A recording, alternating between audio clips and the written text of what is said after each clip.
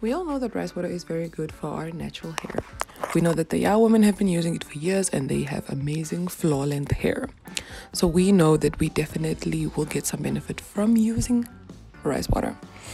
The problem comes in with figuring out how to make your rice water. There are so many different methods on the internet on how to do it. Some say that you should ferment your rice. Some say that you should boil the rice and use that water immediately. But what I decided to do is that, listen, I'm a researcher, let me do some research. And then I found out that my method was also not as accurate as, or it's not closely related to the Yao woman recipe as I would have wanted it to be. So in order for me to get the benefits that the Yao women get, I want to make my rice water as close to theirs as possible. I want my recipe to almost identically be like theirs. But obviously this is not possible because I don't live in the parts of the world that they do. I don't have access to all of the ingredients that they do. But after doing a lot of research, I found a method and created a method that is very close to their recipe. So here I'm going to share it in this video with you guys. So what the Yao women use is they use spring water and they use the rice that they have. So these two things are basically things that they find where they live already. Then they also use the peels of a pomelo fruit, and then they use some other secret ingredients that they're not trying to disclose to the rest of the world. So what they do is that they wash their rice. I'm not sure if they do that initial rinse of getting impurities out. Maybe their rice is purer than ours. So what they do is that they wash their rice very thoroughly, as in like rubbing it between their hands and like basically just trying to get the protein and the goodness out of the rice and into their water. So they do that thoroughly for a good amount of time. What they then do is that they separate the water from the rice.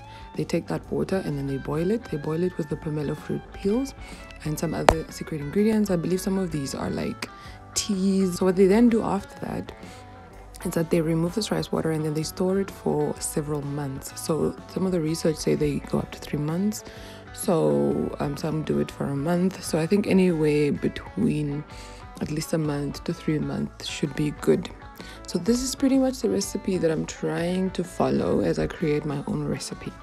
For my ingredients, I decided to go with some distilled water. I'm using this rice. I couldn't find sticky rice for this video, but I would recommend that you use sticky rice.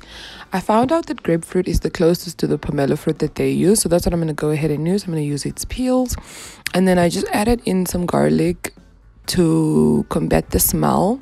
You can also add essential oils here that can resemble the tea that they add in as well. I will make sure that I link all of my quantities in the description below, but I pretty much like to use 1 cup of rice to about 5 cups of water. So we know that we're going to boil it, so some of that definitely will evaporate. So you just make sure that you use enough water so that you never have enough rice water for your hair. Okay, so first things first. So because we live in this part of the world where rice is transported or in this and it's not very pure and it's not like grown in my backyard, make sure that you wash your rice, like to rinse off the impurities. So this is what we call the cleansing part, just like to get the rice as clean as possible. I do this twice normally. After your rice is free of all those impurities that are not good for our hair, what you want to go ahead and do is put it in a big bowl and add your distilled water in here. So if you can get spring water, that'll be amazing. So what you want to do here is pretty much, this is what I call the extraction phase. So you want to rub the rice between your hands as it's in the distilled water, and then that is pretty much going to transfer the nutrients, the minerals, and the goodness from the rice into the water. So do this for a good while. You can also just do whatever you need to do to make sure that you're just causing some sort of friction to get the goodness into the water. After this, you want to separate your rice from your water. So the Yao women do not actually boil their rice water with the rice in it. They separate it and discard it or eat it or whatever it is that they do with it. So that's what I'm going to do here. So what I'm going to go ahead and do after this is just add in my grapefruit peels and then the ginger. You can also add essential oils at this point. I would recommend maybe some tea tree or so, or some other citric essential oils. I've used citronella. I think I've used orange as well, or lemon. I'm sure there's is there a grapefruit essential oil? I think so. So if you can get your hands on that instead of the Yeah, so that's what we do at this point. And then after this, our rice water is pretty much ready for phase 3, which is boiling the rice water. So what I do is I put my pot on the stove and I put it on medium to high heat, and I pretty much let it boil for about 15 minutes or so. And that should be enough time, I believe. So at this point, our rice water is ready for the final phase of this process, which is the fermentation phase. So at this point, you can just put the rice water aside to cool down, and then you put it into an airtight container, like a mason jar or whatever else you have that is airtight. So what I did is that I removed my rice water I separated it from the peels and the ginger, but you can actually take everything and put it into a mason jar and let it ferment that way. And that will actually make it stink a lot less. I know that a lot of people really don't like rice water because of how it smells. So that's one little trick that you can use. I don't mind it too much. So what I'm going to do after this is let my rice water ferment, and I'm gonna try and aim for 3 months actually, and then I'm gonna use it after those 3 months.